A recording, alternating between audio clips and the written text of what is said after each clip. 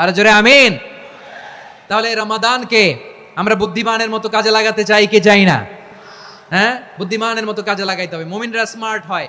এই রমাদানে আমাদের কি করণীয়, কি বর্জনীয়, সংক্ষেপে 7টা করণীয় 7 মিনিটে, 7টা বর্জনীয় 7 মিনিটে বলে আমরা বিদায় নিব ইনশাআল্লাহ। বলেন, কেউ উঠা বসা করবো না ইনশাআল্লাহ। বলেন মাশাআল্লাহ, অনেক শান্ত। জি, আমার দিকে তাকান। রমাদানে, আসন্ন রমাদানে আমাদের 7টি করণীয়। 1 নাম্বার করণীয়, এই রমাদানকে আপনি কোরআনময় করে তুলুন। কোরআনময় করে তুলুন 2025-এর রমাদান। এই হচ্ছে আজকের প্রোগ্রামের স্লোগান। জোরে বলেন ঠিক কিনা? কোরআনময় করতে রাজি আছেন? কোরআন তেলাওয়াত করতে রাজি আছেন?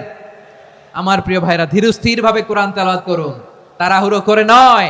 আনাস রাদিয়াল্লাহু তাআলা আনহু বলতেন, রুব্বা কারি লিল কোরআন ওয়াল কোরআনু ইয়ালআনহু।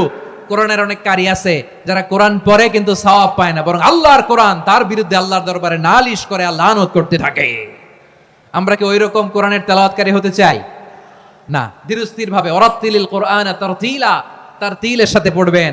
বিষ্ণু ইসা ইসলাম কানা ইয়ামুদ্দু সাওতাহু মাদ্দান, টেনে টেনে পড়তেন।